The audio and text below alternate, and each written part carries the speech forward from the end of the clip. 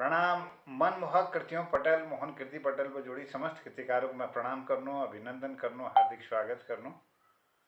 आज हमारी 625 कार्यक्रम छू और 2063 ब्याह और ये कार्यक्रम में जुड़ रही हमारे जालंधर बटी ललित तिवारी जी और चंपावत बटी आदरणीय डॉक्टर तिलक राज जोश जी और श्रीमती चंपा जोश जी। ये कार्यक्रम में अपन आशीर्वाद देने लग रही और कृतिकाल हमारे बीच में जुड़ते रहो। आज एक विशेष कार्यक्रम हम डिबेर होंडारी ये उपन्यासिका छू डॉक्टर तिलक राज जोशु जय नाम छू तुम्हारे नाम की पाती से। आज मैं उन्होंने निवेदन करूँ कि यो उपन्यासिका आपों द्वारा अगर प्रस्तुत है जली तो बहुत हम कृतार्थ जो आपों बहुत कृपा करला और यह वाचन करवेर हमू तले ये अपन विख्यात यो रचना कर हम लोगों तले पहुँच सकूँ और हम लोग खुद ये अपन ज्ञानवर्धन कर सकूँ। अगली जी मैं आमंत्रित करना डॉक्टर तिलक राज जोशी हूँ तुम्हारे नाम की पाती से। बहुत बहुत अभिनंदन, हार्दिक स्वागत, प्रणाम आपको। जय। नमस्कार जोशी और समस्त मोहन कीर्ति पटेल पर उपस्थित और जो उपस्थित न है आल बाद में उनके मेरा सादर प्रणाम। आज मैं मोहन जी जो अनुग्रह पर अनुरोध पर एक नन्ही उपन्यासिका उपन्यास उपन्यासिका को तुम्हारे नाम की पाती से एक वाचन करने हूँ। स्वागत, अभिनंदन अभिनंदन। शुरुआत कर चु सुनिया। प्रिय सुमन, सप्रेम शुभाशीष। पोपले मुख से प्रणय की बातें केवल समकालीन शब्दार्थ के संदर्भ में सोचने वाले स्थूल रसिक या शुष्क दार्शनिक को रुचे या न रुचे, यह सत्य है कि वयस्क होने के बाद हृदय सरोवर में उपजा प्रणय सरोज अपने पूर्ण लावण्य के साथ आज भी तत्कालीन सौंदर्य एवं आकर्षण को स्मृति संचारी पवन झोंकों से लहरा लहरा कर हृदय सरोवर में आनंद तरंग उत्पन्न करते हुए मुझे तरुण बनाए हुए है और तुम्हें रमणीय। मेरे हृदय सरोवर में तुम्हारे इसी रमणीय छवि की स्मृति है। मुझे आज तक बूढ़ा और इसी स्मृति ने मुझे आज तक बूढ़ा नहीं होने दिया। यही कारण है कि मैं प्रणय पत्र लिखे जा रहा हूँ। मुझे आज भी वह दिन याद है जबकि तुमने पूछा था, जी अंदर आ सकती हूँ, आओ, मेरा गंभीर उत्तर था। मनुष्य भीतर से बड़ा कमजोर होता है, कम से कम उन मामलों में जो कि देश काल परिस्थिति द्वारा आबद्ध होते हैं। देश काल परिस्थिति द्वारा निर्मित परिवेश को हम तोड़ नहीं सकते। यह व्यवस्था ही उसकी नैतिकता है, झूठी नैतिकता, अन्यथा यह व्यवस्था क्यों होती। तुम्हारी बुद्धि की मैं दाद दूंगा कि तुम चिंतन के क्षेत्र में मुझसे बहुत आगे निकल चुके हो। तुमने सिद्ध किया था कि झूठी नैतिकता समाज के अस्तित्व के लिए और समाज व्यक्ति के अस्तित्व के लिए एक आवश्यक बुराई है। झूठी नैतिकता को बनाए रखते हुए हमारा प्रणय व्यापार कैसे करता जा रहा है। यदि इसका आभास समाज को होता तो हमारी चमड़ी उधेड़ दी जाती। उफ सुमन, तब तुम्हारी कोमल पंखुड़ियां मेरे हृदय सरोवर में बिखर कर चीत्कार करने लगती और शायद मेरा मन भंवर भी एक दो बार मडरा कर अन्यत्र चला जाता। कितनी दर्दनाक कल्पना है। और यदि किसी भावुक कवि को पता चलता तो वह हमें अपनी कृति में अमर कर देता, लेकिन ऐसा कुछ भी नहीं हुआ। हम निबिड़ अंधकार में केवल एक दूसरे की उपस्थिति को स्पर्श से ही अनुभव करते रहे हैं, करते रहेंगे। आज तो इतना ही। तुम्हारा अभिन्न। दिनांक 11/3/77। दूसरा पत्र है, मधुर कल्पने सप्रेम शुभाशीष। पत्र मिला समाचार जाने। तुमने लिखा है कि मैंने तुम्हारे शांत हृदय सरोवर में पत्र पुष्प की सुमधुर चोट से विगत दिनों की शुद्ध तरंगें उत्पन्न कर जीवन कगरी को इस प्रकार कुरेदा है कि विस्मृति की सारी कदम धुलकर स्वच्छ स्फटिक शिलालेख उभर कर सामने आ गई है, जिसे बार बार पढ़कर तुम वर्तमान को भुला देना चाह रही हो, क्योंकि वे दिन वस्तुतः आज से अधिक मधुर थे। सुमन, याद रखो, हम वर्तमान को भुला नहीं सकते, विगत को अपना नहीं सकते, यह यथार्थ में कटु सत्य है। फिर भी विगत घटनाएं याद आती ही हैं।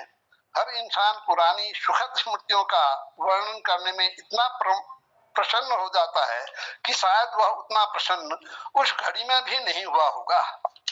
पुरानी सुखद स्मृतियों में अधिक प्रसन्न होने का कारण यह है कि इस स्मृति से एक तो वर्तमान दुख और परेशानी भुला दी जाती है, क्योंकि सुख व दुख की अनुभूति एक साथ नहीं हो सकती,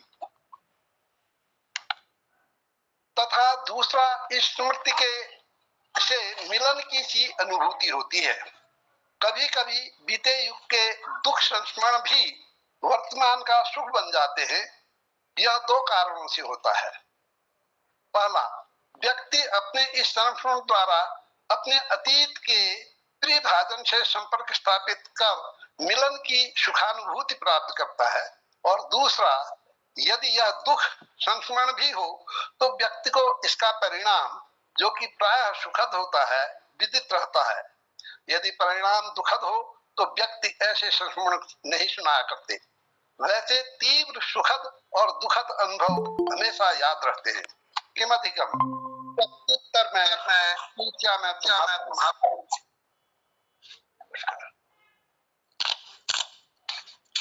तीसरा पत्र। मेरी ही आवाज लौट रही है। हाँ, तीसरा पत्र। स्मृति सुबह के सप्रेम शुभाशीष। वस्तुतः मुझे भी वह दिन याद नहीं है जिस दिन मैंने अपने उर्वाटिका में प्रणय अंकुर के विकास से को अनुभव किया हो। भला स्रोतस्वनी में जल किस बिंदु से निःसृत होने लगा, यह कैसे विदित हो? फिर उसकी आवश्यकता भी क्या? त्रिशातुर को त्रिषा से तृप्त होने में ही वह अलौकिक आनंद प्राप्त हो जाता है कि उसे यह शुद्धि नहीं रहती कि जिसे केवल मूंठ भर जल की आवश्यकता थी, उसे कहां से आकर क्षिप्रगामिनी स्रोतस्विनी के दर्शन हो गए। हमारे प्रणय का विकास कुछ उसी प्रकार अज्ञेय रहा जिस प्रकार मनुष्यों का शारीरिक विकास। एक साथ रहने पर हम यह नहीं जान पाते कि कब कौन कितना बढ़ गया। विकास तब दृष्टिगोचर होता है जब दीर्घ समयांतर के बाद मिलन हुआ हो, और उर्वाटिका में अंकुरित हृदय बीज का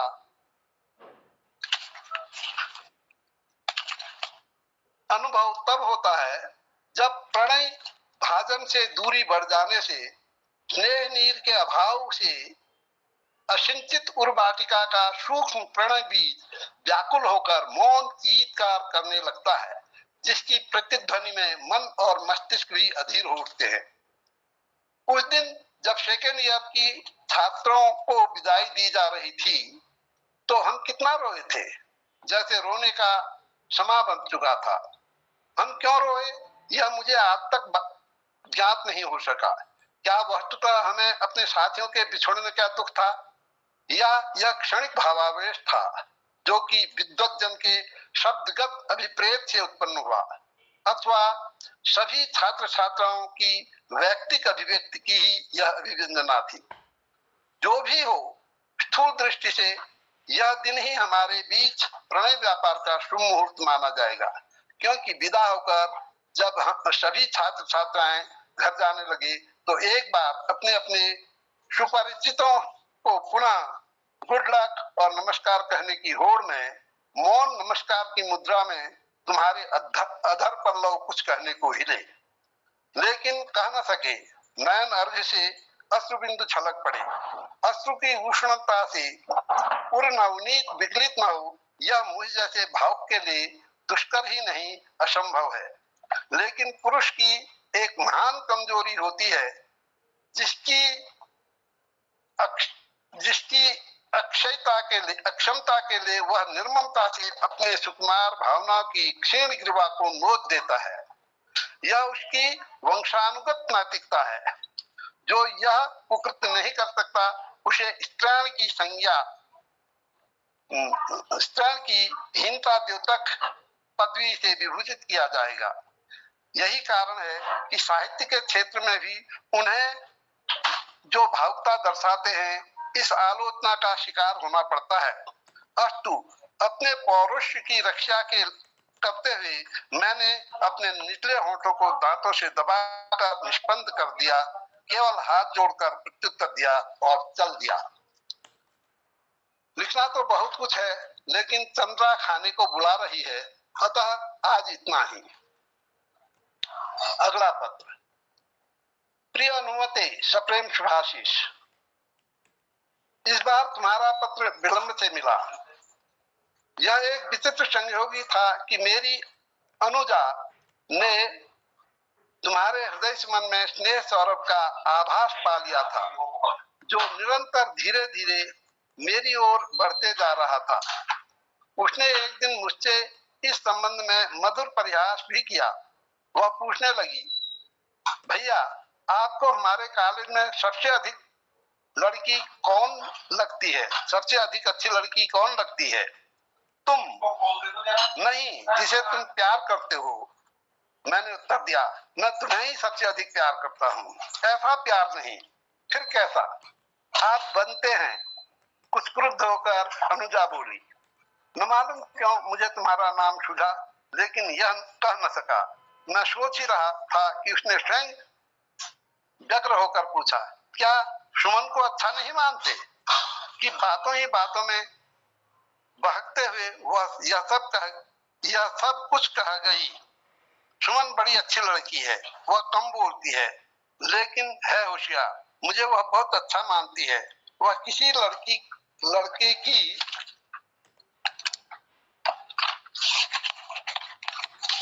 बातें भी नहीं करती। भैया, वह तुम्हें अवश्य प्यार करती होगी। क्यों कहती हो? जब कभी आप लोगों का क्लास इधर उधर जाता है, वह आपको घूर कर देखती है, और इस प्रकार आपको घूरते उसे किसी ने देख लिया तो वह नजरें चुराने लगती है। हाँ, एक दिन आपने किसी लड़के की मजाक की तो वह मुस्कुराने लगी। इससे भी पता, जब मुझे विश्वास हो गया कि अब उसके पास कुछ कहने को नहीं है, मैंने उसे झिड़क दिया, चल हट पगली, तू बहुत बातूनी हो गई है। मुझे याद है, उस दिन मुझे नींद नहीं आई। क्या पता तुम्हें भी ना आई हो। दीपक बहुत रो रहा है और चंद्रा नाराज हो रही है कि यदि लिखते रहना ही तुम्हारा पेशा था तो शादी ही क्यों की, और इस राक्षस दीपक को क्यों पैदा किया। अस्तु, आज इतना ही। मैं तुम्हारा ही, दिनांक 25/4/77। अगला पत्र। मधुराति मधुर सुनने, सप्रेम शुभाशीष। तुमने पूछा है कि मैं विगत की वेदना में भविष्य की मरहम लगाकर वर्तमान आत्मविश्वास से सुखी क्यों होना चाहता हूँ, के संदर्भ में निम्न निवेदन है। वर्तमान के प्रकाश दुष्कर जीवन पथ के पथिक को यदि भविष्य के निबिड़ अंधकार में झोंकने के लिए अंतर्दृष्टि, कल्पना और आशा किरण से वंचित कर दिया जाए, तो उस मानव का जीवन पूर्ण रूप से यंत्रीकृत होकर पशुतुल्य हो जाएगा। पशु समाज और मानव समाज में यही अंतर है कि एक वर्तमान के लिए जी रहा है तो दूसरा वर्तमान के साथ भविष्य के लिए। मनुष्य विगत को भी नहीं भुलाना चाहता, क्योंकि विगत से वर्तमान की तुलना करते हुए भविष्य की कल्पना के लिए सुदृढ़ आधार प्राप्त किया जाता है। अस्तु, मैं तुम्हारे अनुरोध करने पर भी विगत के मधुराति मधुर स्मृति सुमुखी के अंचल को छोड़कर, जो कि मेरे जीवन नैया की पतवार को थामे हुए बड़ी कुशलता से अपने गंतव्य को लिए जा रही है, घर का न घाट का नहीं होने देना चाहता, क्योंकि ऐसा करना मेरे लिए जीवन से खिलवाड़ करना ही है।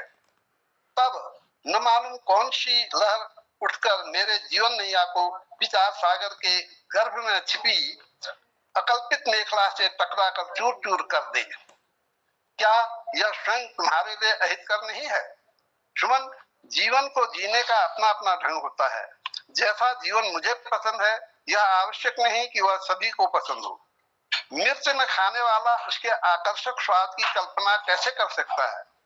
तुमने लिखा है कि अप्राप्य को प्राप्त न कर सकने की आत्मपीड़न से आनंदानुभूति करना क्या कोरी कल्पना एवं भावुकता नहीं है? हो सकता है यह कोरी कल्पना एवं भावुकता हो, लेकिन जब सारा विश्व ही ऐसी कोरी कल्पना और भावुकता के तानों बानों से निर्मित झीनी झीनी रे बीनी चदरिया के सामाजिक संबंधों व मूल्यों की परिधि से आवेष्टित है, तो उसी समाज का एक अकिंचन पात्र होने के कारण भला मैं कैसे अपने को उस मानसिक स्थिति से पृथक रख सकता हूँ? अप्राप्य को प्राप्त कर सकने की अभिलाषा एवं आत्म उत्पीड़न से आनंदानुभूति न होती तो ईश्वर विषयक सिद्धांत, सामाजिक नियम और मानवीय नैतिकता कभी भी अस्तित्व में न आते। और जब यदि हम अपने तर्क प्रयोगात्मक विधि द्वारा मानवीय चेतना से उपयुक्त अवधारणाओं को कोरी कल्पना एवं भावुकता सिद्ध करने लगे, तो विश्व समाज के वट वृक्ष की जड़ें कटने लगेंगी तथा सामाजिक और वैयक्तिक विघटन की प्रलयकारी स्थिति पैदा हो जाएगी। अस्तु, अपने और समाज के अस्तित्व के लिए भी आवश्यक है कि कोरी कल्पना एवं भावुकता द्वारा झीनी झीनी रे बीनी चदरिया का क्रम चलता रहे।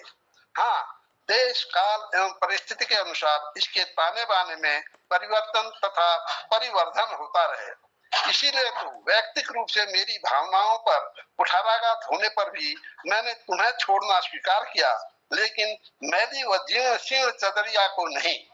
यही स्थिति भी रहा। आशा है प्रत्युत्तर की से तुम्हारी जिज्ञासा का समाधान हुआ होगा। अभी अभी दीपक आया है और पूछने लगा है, तू क्या करता है? चिट्ठी लिख रहा हूं, मैंने उत्तर दिया। किसको? समझ में नहीं आया क्या उत्तर दूं। उसे तनिक विलंब भी असह्य है। पुनः जोर से पूछा, सुनते नहीं? किसको लिख रहा है चिट्ठी? मौसी को। अनायास कह पड़ा, मेरी मौसी को? हाँ, वह कैसी है? तुम्हारी माँ जैसी।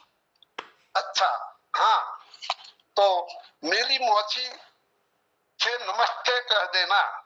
आशा है तुम उसकी नमस्ते स्वीकार करोगी। किमधिकम, तुम्हारा अकिंचन। दिनांक 16/5/77। अगला पद सॉरी। प्रिय मानसी, सप्रेम शुभाशीष, तुमने यह अच्छी याद दिलाई कि जीवन की बहनों का क्या हुआ।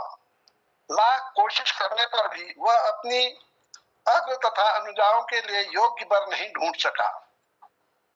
भावावेश में आकर उसने प्रतिज्ञा की थी कि वह तब तक अपना विवाह नहीं करेगा जब तक कि सभी बहनों की शादी हाथ पीले न कर दे। काश तब उसे ज्ञात होता कि सिद्धांत और व्यवहार एक ही सिक्के के दो पहलू नहीं, अपितु दो भिन्न भिन्न सिक्के होते हैं। एक के विनियमन का क्षेत्र दर्शन है, जबकि दूसरे के प्रयोग। तब वह शायद पहले तो यह भीष्म प्रतिज्ञा करता ही नहीं, यदि कर दिया होता तो तोड़ देता। नैतिकता के गरल को कंठस्थ कर अमृत को ठुकराने वाले जीवन जैसे आदर्शवादी शिवत्व प्राप्त करे न करें, अनुभव की तिक्तता का अमरत्व अवश्य प्राप्त कर लेते हैं। अस्तु वह उनके जीवन का अभिन्न अंग बन जाता है। इस प्रकार के व्यक्ति यह मानकर चलते हैं कि व्यक्ति आदर्श के लिए है तथा सामाजिक दर्शन के सिद्धांत की बलिवेदी के लिए। इसलिए इस प्रकार के व्यक्ति सिद्धांतवादी कहलाते हैं और कहलाने भर से ही वह अपने को धन्य समझने लगते हैं। यद्यपि व्यवहार में वैयक्तिक दृष्टिकोण से सिद्धांतवादिता भ्रामक एवं अनुपयोगी है, तथापि समाज की अवैयक्तिक सत्ता द्वारा सामाजिक सुरक्षा के लिए प्रत्येक व्यक्ति पर अंकुश लगे रहने के कारण वह अपने को समाज के आदर्शानुरूप ढालने का प्रयास करता है। जो व्यक्ति अपनी वैयक्तिक चेतना को सामाजिक चेतना से बचाए रखते हुए क्रियाशील रहते हैं, भले ही अवसरवादी कहलाएं, जीवन की भौतिक दौड़ में आगे निकल जाता है। तुमने तो इतिहास पढ़ा है, इतिहास मेरे कथन का साक्षी है। क्षमा करना सुमन, लिखते लिखते मैं विषय से भाग जाता हूँ। मुझे आश्चर्य होता है कि जीवन जो जब मैं की अवस्था में ही बूढ़ा हो गया है, इस बीच पारिवारिक झंझटों से मैं घर नहीं गया। गत वर्ष गया था और जीवन से भी मिला था। उसकी मां मृत्युशैया पर थी। जीवन तथा उसकी बड़ी बहन पार्श्व में बिछी चटाई पर बैठे मानो अपनी मां के महाप्रयाण के हृदय विदारक क्षण की प्रतीक्षा कर रहे थे।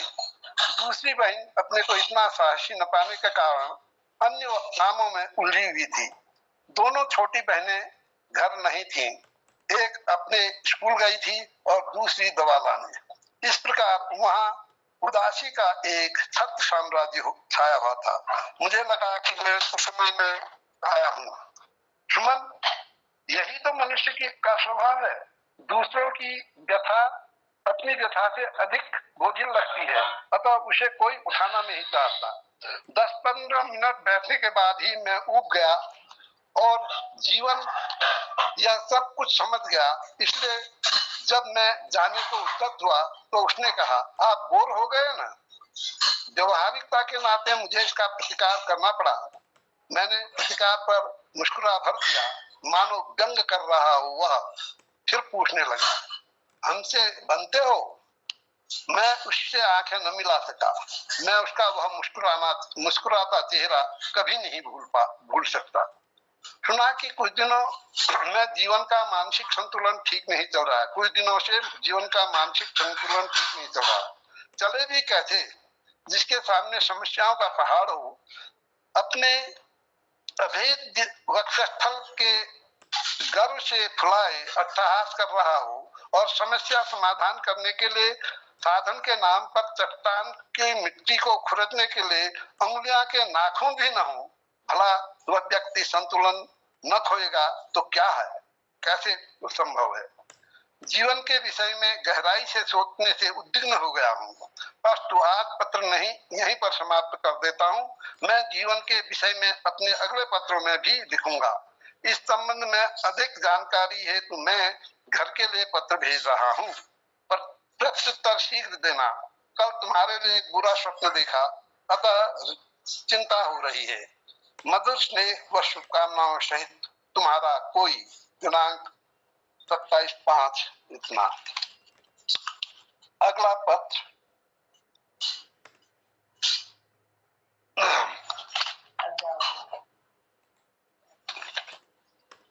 प्रिय चिदम्बरे, बहुत बहुत प्यार। इस बीच मानसिक रूप से कुछ उद्विग्न रहने से प्रत्युत्तर चाहते हुए शीघ्र नहीं दे सका। आशा है पत्र पाते ही विलंब के लिए तुम्हारे हृदय सरोवर में उत्पन्न क्षोभोर्मी शांत हो जाएगी।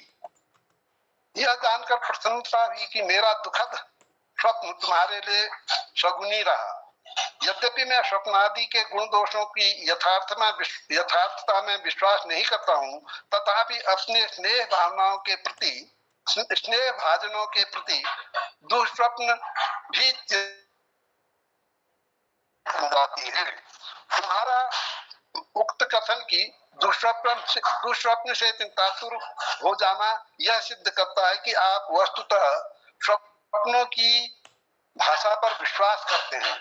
मुझे उचित ही जान पड़ता है। लगता है इस प्रकार के रूढ़िगत विचार हमारे सुषुप्त मन में संस्कार के रूप में विद्यमान रहते हैं, जिन्हें चेतन मन देश काल परिस्थिति की सांसारिक यौनिका से ओझल भले ही कर दे, लेकिन समाप्त नहीं कर सकता।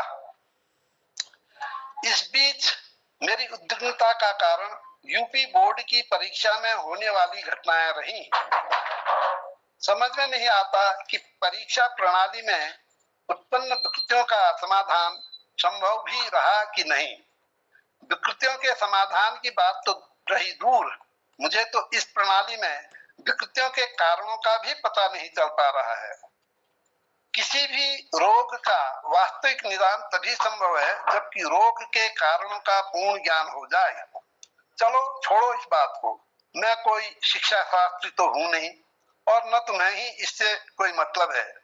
यह सब कुछ तो केवल अपनी उद्विग्नता का कारण बताने हेतु लिख गया, क्योंकि अध्यापक होने के नाते मैं इस प्रणाली से प्रभावित होता हूँ।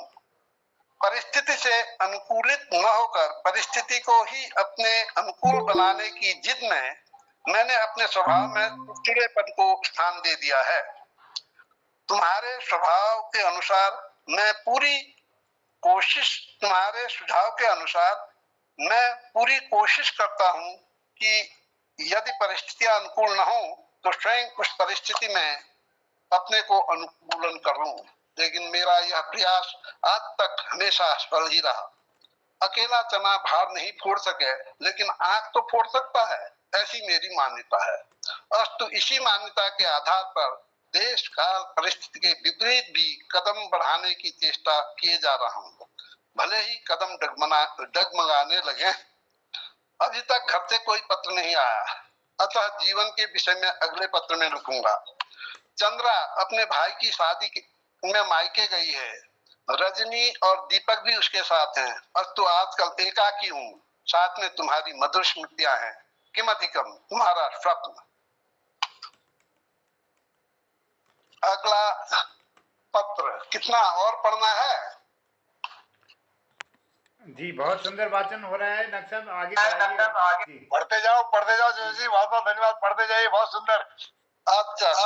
मैं जरा देर से शामिल हुआ, विषय वस्तु से अनभिज्ञ हूँ, लेकिन मुझे बहुत आनंद आ रहा, सुनाते जाइए।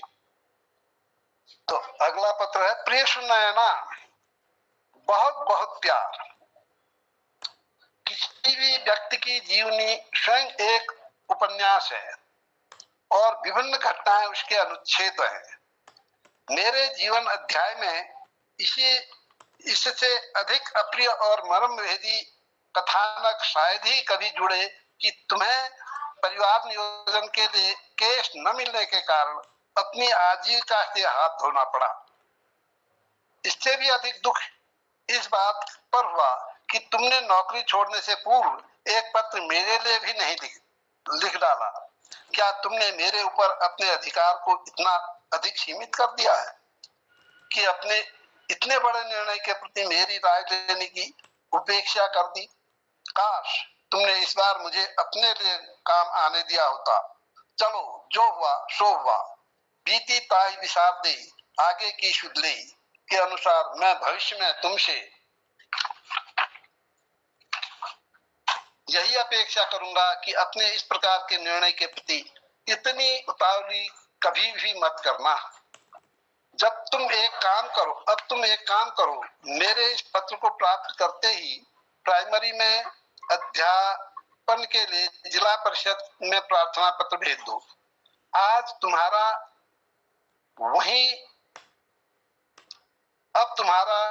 वहीं बने रहना मुझे उचित नहीं जान पड़ता। अब तुम घर चली जाओ, अपने वृद्ध पिता की सेवा करो। ईश्वर ने चाहा तो तुम्हें कहीं न कहीं नौकरी मिल जाएगी। मेरे बच्चे अभी तक नहीं आए हैं।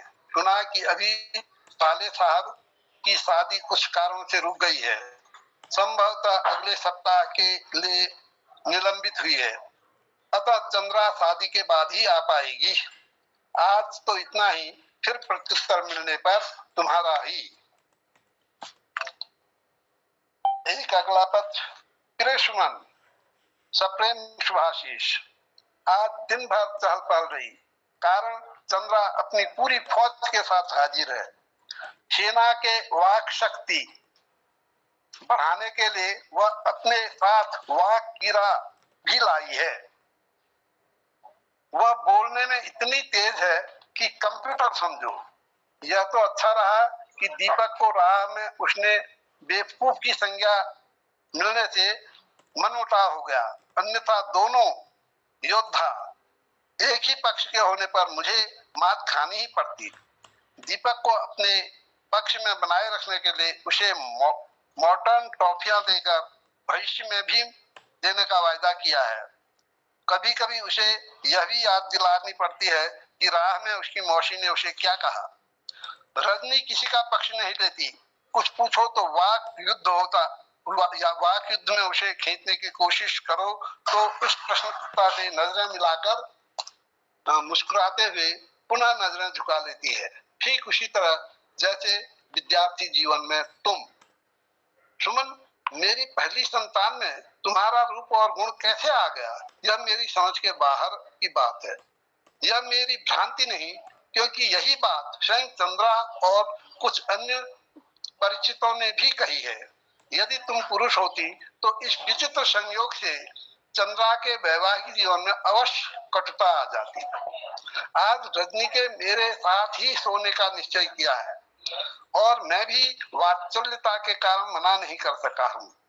वह मेरी गोद में सिरहाना रखकर सो गई है, बिल्कुल उसी तरह जैसे एक दिन टाइफाइड से मृत्यु और जीवन का संघर्ष करते हुए तुम सोई थी। मुझे याद है तब मेरी शादी को हुए केवल 1 सप्ताह हुआ था। तुमने कहा था मुझे छोड़कर न जाना। मुझे तुम्हारा यह वाक्य तीर सा लगा, क्योंकि भौतिक रूप से मैं तुम्हें यह 1 सप्ताह पूर्व ही छोड़ चुका था।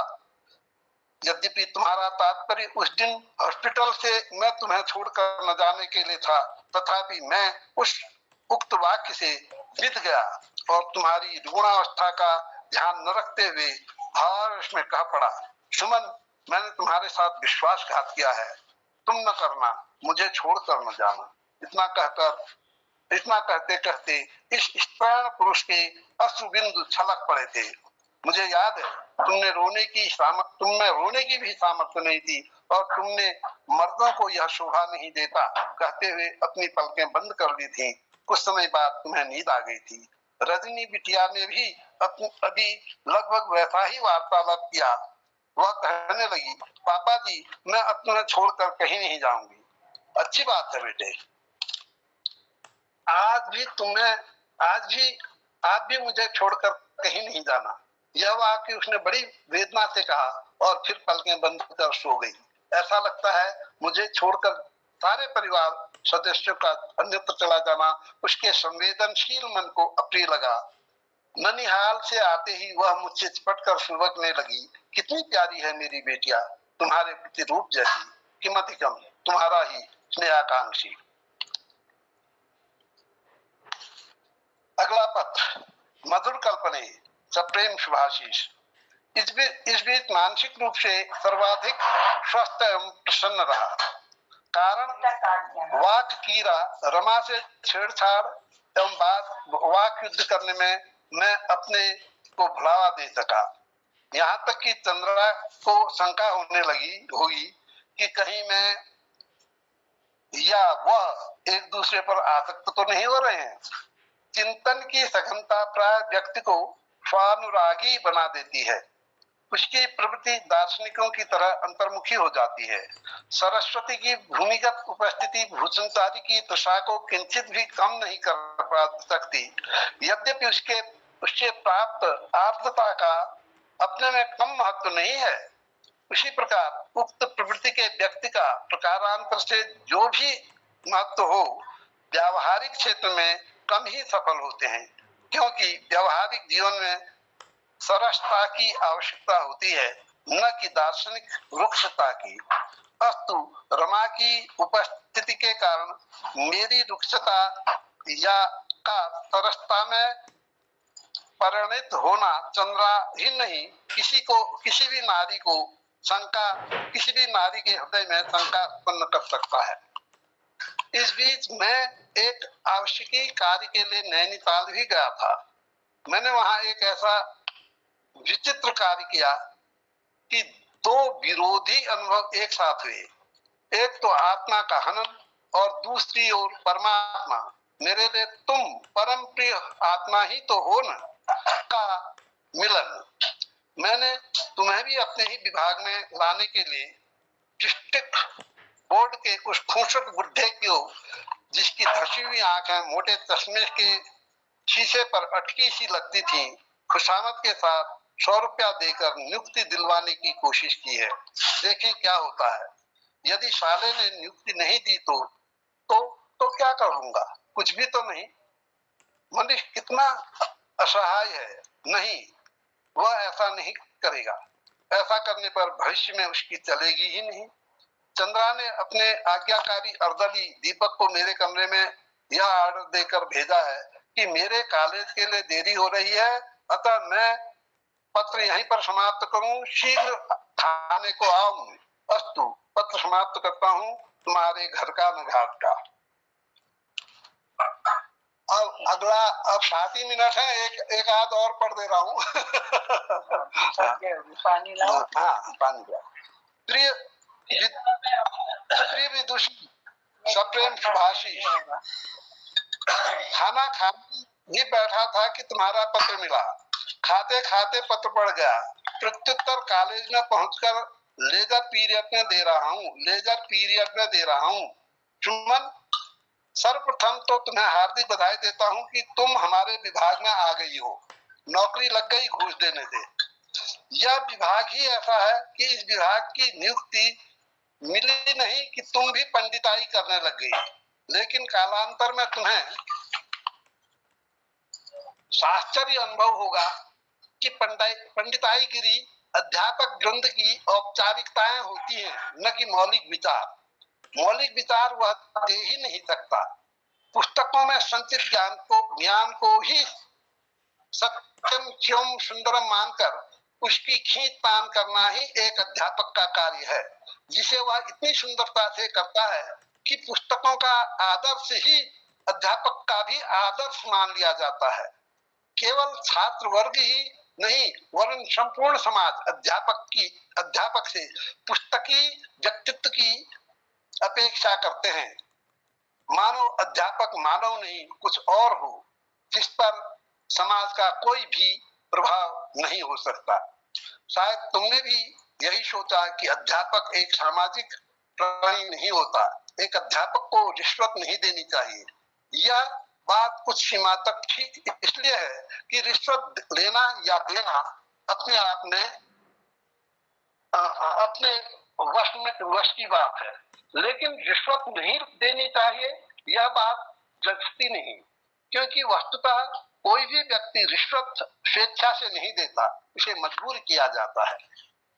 फिर तुम्हारी नियुक्ति के लिए मैंने खूसट बाबू को जो कुछ दिया उसे तुम रिश्वत कैसे मान लेती हो? रिश्वत का अर्थ है नियम विरुद्ध काम करने के लिए दिया जाने वाला धन या द्रव्य। मैंने कोई नियम विरुद्ध का काम नहीं करवाया। तुम्हें बीटीसी के 10 वर्ष हो चुके हैं। तुम्हारी शैक्षिक योग्यता एवं उत्तीर्ण प्रतिष्ठांक भी अच्छे हैं, फिर भी तुम्हें नौकरी न मिलने का कारण हम लोगों की झूठी नैतिकता के प्रति दुराग्रह है। अब हमें अपने मस्तिष्क से इस प्रकार के दुराग्रहों को निकाल बाहर फेंकना चाहिए। तुम्हें याद होगा, जब किसी छात्र को यूपी बोर्ड परीक्षा में नकल न करने देने पर मेरा घेराव हुआ था, तो मुझे मेरे सहकर्मियों ने ही नहीं, स्वयं तुमने भी यही शिक्षा दी थी कि तुम्हें क्या पड़ी थी। यह सब जगह चाहता है। तुम्हें क्या पड़ी थी? यह सब जगह चलता है।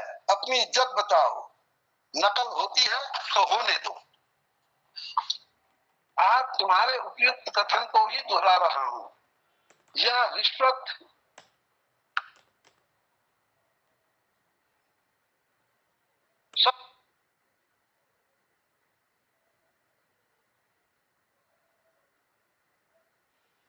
वर्ष में एक आध बार बाबू लोगों की को चढ़ावा देना पड़ता है। सिद्धांत की बात अलग है, व्यवहार की बात अलग।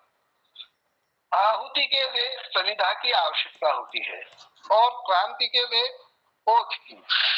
ओज त्याग से मिलता है, त्याग के लिए बलिदान करना पड़ता है, स्व तथा स्वजन का बलिदान, जिसके लिए हम तैयार नहीं रहते हैं।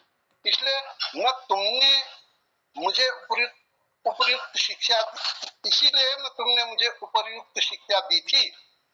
नकल होती है तो होने दो, बात भी सही है, स्वयं मर गए तो सिद्धांत किस काम का। ऐसा लगता है कि डार्विन महोदय 16.5 ने बात सही कह गए कि यह अस्तित्व की लड़ाई है, सर्वाइवल ऑफ फिटेस्ट। इसमें जो सफल हुआ वही योग्य भी है, सर्वाइवल ऑफ फिटेस्ट। अस्तु सुमन, तुम मुझे पूरे दो मत, जो कुछ मैंने किया वह ठीक किया है, सोच समझ कर किया है। तुम शीघ्र अपना चार्ज लो और वहीं अपनी पंडिताई बखारो। अब तो सरकार बदल गई है, नसबंदी का केस मिले न मिले नौकरी किए जाओ, किमधिकम तुम्हारा। 28/9/77। अब समय भी हो गया, मैं थक भी गया हूँ। धन्यवाद, बहुत बढ़िया। दो शब्द मैं कहना चाहता हूँ। जरा विलंब से पटल पर उपस्थित हुआ, विषय वस्तु की जानकारी से वंचित रहा, फिर भी सुंदर आकर्षक शब्दों से पत्रों के माध्यम से विचारों को आदान प्रदान और उच्च कोटि के साहित्य का प्रदर्शन अत्यंत प्रभावशाली और प्रेरणादायक है। मुहावरे व लोकोक्तियों की से भरपूर पत्रों की जितनी भी प्रशंसा करें जोशी जी, वह कम है। मोहन पटेल को 1 घंटे तक अकेले आवाज करने की क्षमता आप में है, उसके लिए मैं आपका आभार हूँ, आभार प्रकट करता हूँ। बहुत बहुत धन्यवाद। आज के कार्यक्रम में हमारे एक उपन्यासिका तुम्हारे नाम की पाती से एक वाचन करो हमारे डॉक्टर तिलक राज जोशी। बहुत सुंदर वीक संदर्भ लची और पत्र लेखन जो विधा छू पत्र वीक एक वानगी हमको देखने में मिली और उत्कृष्ट सृजन उन द्वारा आई छू। और ये मैं एक तरफा पत्र उन्होंने पढ़ी, दोहा तरफ जो पत्र छे वो वीक संदर्भ हम वो पत्र द्वारा समझ सकूँ। तो यह क्रम जारी रहो, यह पहल भाग हमारे बीच में छी। आज मैं बहुत आभार व्यक्त करते हुए धन्यवाद करना डॉक्टर तिलक राज जोशी को और बहुत साधुवाद देनो, उनको बहुत शुभकामनाएं देनो और उन्हें कलम का नई पयाण मिलो, हमको मार्गदर्शन देते रहो, साहित्य जगत श्री वृद्धि करते रहो। यह कामनाओं साथ मैं आप सबों को प्रणाम करते हुए आज कार्यक्रम में उद्यापन लगी आज्ञा चाहूँ। वो हम सब लोग फिर मिलोन और डॉक्टर साहब यह उपन्यासिका दोहर भाग का जरूर हम सुनो और को सुनो। तो मैं सबको प्रणाम करते हुए धन्यवाद, आभार, शुभरात्रि करना। शुभरात्रि। शुभरात्रि। शुभरात्रि। शुभरात्रि।